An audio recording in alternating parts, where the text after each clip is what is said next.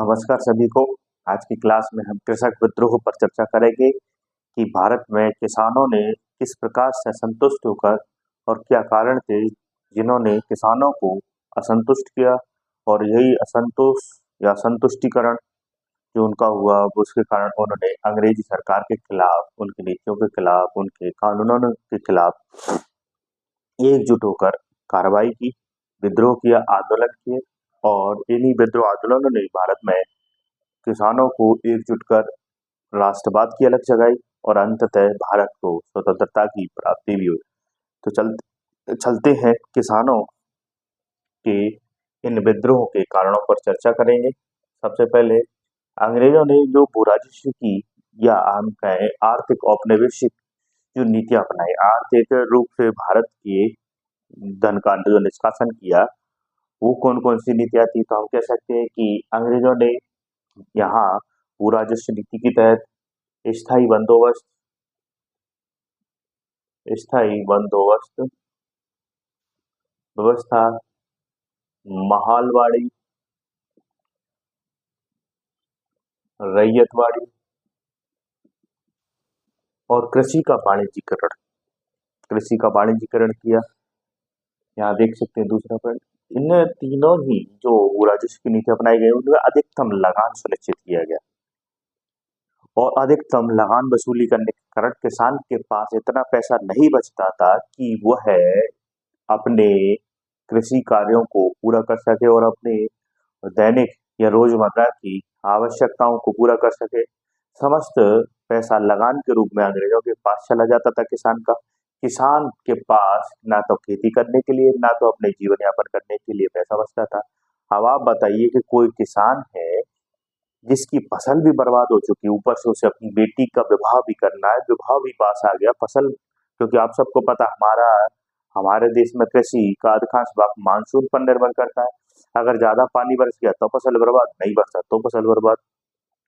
तो मानसून को एक जुआ, मतलब कृषि को एक जुआ के रूप में देखते हैं हम, कि अच्छी हो जाए तो ठीक है, नहीं हो जाए तो राम भरोसे, ईश्वर भरोसे। तो अब यहाँ जब हम यह बात समझते हैं कि किस प्रकार से अंग्रेज जबरन अपने कानून के माध्यम से और अपने अत्याचार के माध्यम से शोषित पीड़ित करते थे किसान को, जहां परिस्थितियां देख सकते हैं कि किसान की बेटी का विवाह होना है, और एक कल्पना करिए आप कि किसान की बेटी के विवाह पास है, फसल बर्बाद हो चुकी है, अब किसान क्या करे बताइए। किसान साहूकार से ऋण लेने जाता है और ऊपर से अंग्रेजों को लगान भी उसे देना है, साहूकार के ऋण का भी उसे ब्याज चुकाना है, साहूकार भी उसकी जमीन को हड़पने को तैयार है, अंग्रेज भी उससे लगान वसूल करने को तैयार है। ऐसे में वो अपनी बेटी का विवाह कैसे करे। ऐसे में मान लीजिए उसके घर में कोई बीमार है तो उसको बीमारी दुखिहारी से बचाने के लिए वो कहाँ से पैसे लाए, और जो फसल बर्बाद हो गई है उस फसल बर्बादी का उसे मुआवजा तो मिलना नहीं है, उसकी भरपाई कैसे करे बताइए, वो अकेला किसान। तो बताइए ऐसा व्यक्ति के अंदर कृषक आंदोलन, मतलब असंतोष पैदा होगा कि नहीं होगा बताइए। अर्थात अंग्रेजों ने इस व्यवस्था से भारत में किसानों को क्या कर दिया, निर्धन कर दिया, और ऊपर से अकाल जनित परिस्थितियां पैदा कर दी, क्योंकि किसानों के पास पैसा था ही नहीं। और दूसरी बात, कृषि का वाणिज्यीकरण किया। कृषि का वाणिज्यीकरण मतलब अंग्रेजों ने कौन कौन सी फसलों की खेती करवाई इसके तहत, जो उनकी बाजार व्यवस्था के लिए आवश्यक थे, क्योंकि वहाँ इंग्लैंड में औद्योगिकरण चरम पर था, इसलिए वो उन्हीं फसलों की भारत में खेती करवाते थे जिनकी उन्हें उनके उद्योगों में आवश्यकता थी। अफीम है, गांजा है, या चाय है, जूट है, कपास है, तो खेती भी उन्हीं की करवाई है जिनकी उन्हें आवश्यकता थी। नील है, आप नील के आप देखेंगे इसी जो कृषि का वाणिज्यिक। अब बताइए जिस खेत में कल तक गेहूं और चावल की खेती होती है, उसमें एक ऐसा पौधा उगाते हैं नील जैसा, जिसके कारण उस भूमि की जो धारणीय क्षमता है, उत्पादन क्षमता है, उर्वरक क्षमता है, वो खत्म हो जाएगी। इसके बाद किसान खाएगा क्या। बंगाल बिहार का वह क्षेत्र जो कि गंगा द्वारा बहाकर लाई गई जलोढ़ मिट्टी से बना हुआ है, जिसमें ऐसा कहा जाता था कि एक हाथी जो बैठता है उसके बराबर जमीन से एक परिवार अपना पेट भर लेता था, पेट भर अनाज का उत्पादन कर लेता था। और उसी जमीन पर अंग्रेजों ने नील की खेती करवाई, उसी जमीन पर उन्होंने जूट की खेती करवाई गई और अपने नील के बागान, नील उद्योग लगाकर वहां की जमीन से ही वहां की जमीन की जो उर्वरक क्षमता उसको ही नहीं छीना, बल्कि किसान को उसकी रूह से भी जुदा कर दिया। अब बताइए, ऐसी स्थिति है कि किसान के पास ना तो जमीन बची, ना पैसा बचा, बचा क्या? अंग्रेजों के डंडे, अंग्रेजों का शोषण। ऐसी स्थिति में निर्धन, अकाल जनित परिस्थितियां, जहाँ खाने के लिए अनाज उगाते थे वहां नील उगा रहे हैं। क्या नील खाएंगे, कपास खाएंगे, जूट खाएंगे किसान? बताइए। ऐसी परिस्थिति में क्या करे किसान, असंतोष पैदा ना हो तो। ऊपर से प्रथम विश्व युद्ध के दौरान अंग्रेजों ने जितना भी खाद्यान्न था भारत में मौजूद थोड़ा बहुत, उसका निर्यात कर दिया इंग्लैंड में खाद्यान्न का। साम्यवादी क्रांति रूस में हो चुकी थी 1917 में, अर्थात मजदूर किसानों ने मिलकर अंग्रेजों वहां मौजूदा सरकार को पराजित करके अपनी सरकार बना ली। तो इससे भी प्रेरणा मिली किसानों को कि नहीं, हमें भी अगर एकजुटता या संगठन या एकत्रीकरण हो जाए, हम सब मिल जाए, तो बात पक्की है कि हम भारत से अंग्रेजों को बाहर कर सकते हैं। अगर एक देश में किसान और मजदूर मिलकर सरकार बना सकते तो हम क्यों नहीं बना सकते। ऊपर से गांधी जी ने आते ही चंपारण आंदोलने, खेड़ा सत्याग्रह जैसे आंदोलन नहीं किए, बल्कि उन्हें सफल भी किया।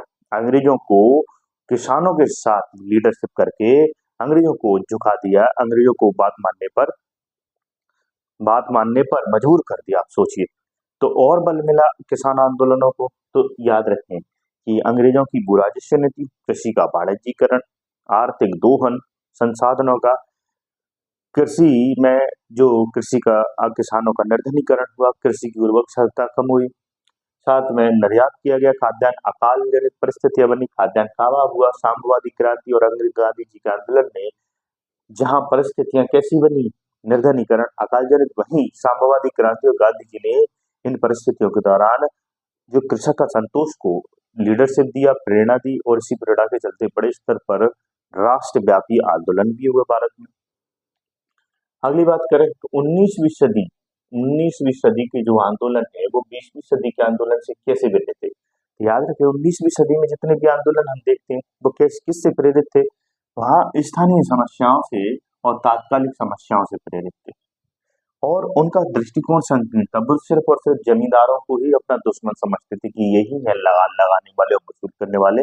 उन्हें दूरस्थ जो इंग्लैंड में बैठा हुआ शोषणकारी जो साम्राज्य था वो दिखाई नहीं देता था। वो सिर्फ अंग्रेजों को ना मानकर जमींदारों को अपना शोषण का कारण मानते थे। तो इनका दृष्टिकोण सीमित था, व्यापक नहीं था। ऊपर से स्थानीय नेता थे, स्थानीय समस्याएं थी, स्थानीय मांगे थी। इसलिए हम कह सकते हैं कि 19वीं शताब्दी के आंदोलन का दृष्टिकोण कैसा था?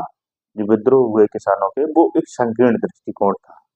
जबकि 20वीं सदी में इनका स्वरूप कैसा हो जाता है? व्यापक हो जाता है। आर्थिक मांग के साथ साथ राजनीतिक मांग करने लगते हैं कि नेताओं की रिहाई हो, हमें आजादी प्राप्त हो, और आधुनिक पद्धतियों का इस्तेमाल करते हैं। धरना प्रदर्शन है, जेल भरे हैं, और इनके नेता भी अब कैसे नेतृत्वकर्ता कैसे हैं? राष्ट्रीय और प्रांतीय स्तर पर नेतृत्व किए जा रहे हैं आंदोलनों का, और साथ में समाजवादी विचारधारा से प्रेरित होकर प्रांतीय और क्षेत्रीय और राष्ट्रीय स्तर पर संगठन, अखिल भारतीय किसान सभा जैसे संगठनों का निर्माण किया जा रहा है। तो 20वीं सदी तक आते आते इन आंदोलनों का स्वरूप संकीर्ण से कैसा हो जाता है? व्यापक हो जाता है। यह विद्रोह से आंदोलन की श्रेणी में आ जाते हैं, क्योंकि इनका स्थानीयकरण के स्थान पर व्यापक राष्ट्रीयकरण हो जाता है।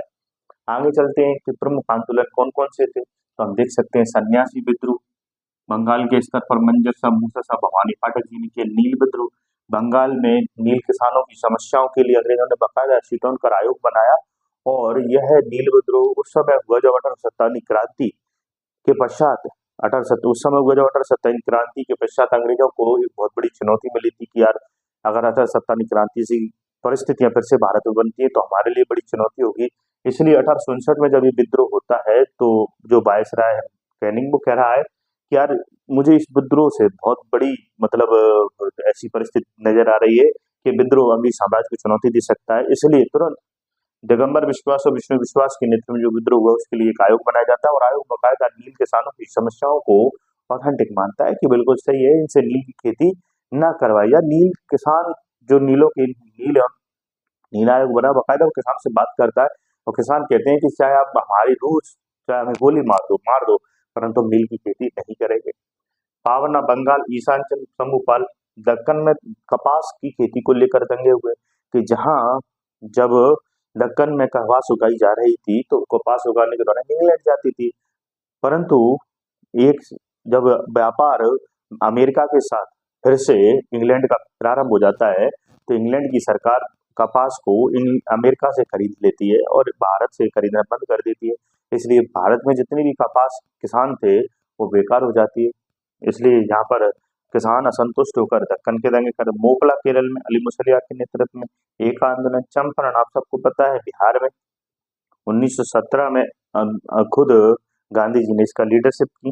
खेड़ा सत्याग्रह ये भी आप सबको पता है, गुजरात में फसल बर्बाद हो जाने के बाद भी लगान वसूल किया गया गुजरात में, यहाँ पर भी गांधी जी ने लीडरशिप की। अगला बारदौली, गुजरात में सरदार पटेल जी, जिन्होंने सरदार वल्लभ भाई पटेल जी को सरदार की उपाधि यहाँ महिलाओं ने दी और बारदौली में बकायदा जो लगान की राशि है 23% उसे लगभग 6% किया गया।